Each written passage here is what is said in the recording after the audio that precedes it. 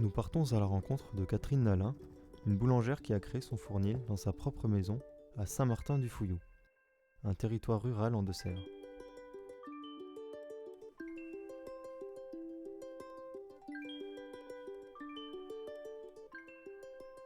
C'est à la suite d'une rencontre avec un artisan boulanger que Catherine, anciennement animatrice jeunesse, a eu le coup de cœur pour cette profession. Après s'être formée auprès de paysans boulangers, elle a obtenu son CAP en 2013.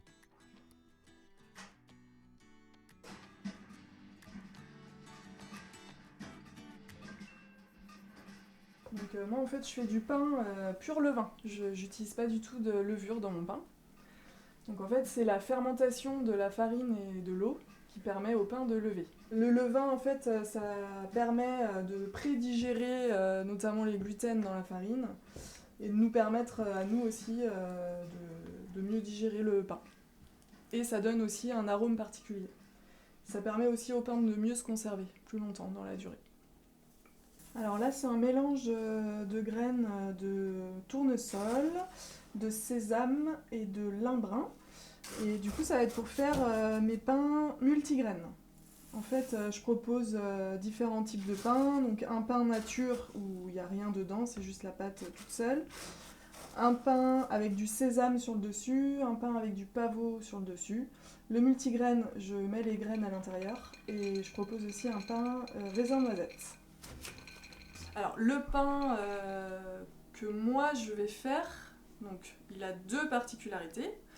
Donc le fait de le travailler au levain, c'est une chose, mais c'est aussi la farine que je vais utiliser. La différence entre le levain et la levure, ça va être le pain au levain va être un pain qui est moins levé, donc c'est aussi ce qui peut faire que pour certaines personnes c'est moins agréable parce que ça fait moins gâteau.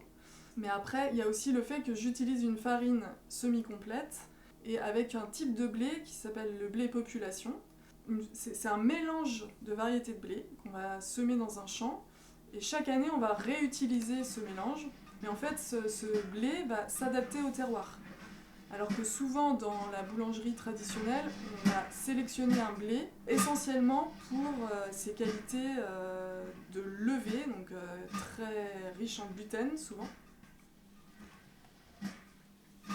Finalement, je vends mon pain souvent dans des réseaux spécifiques.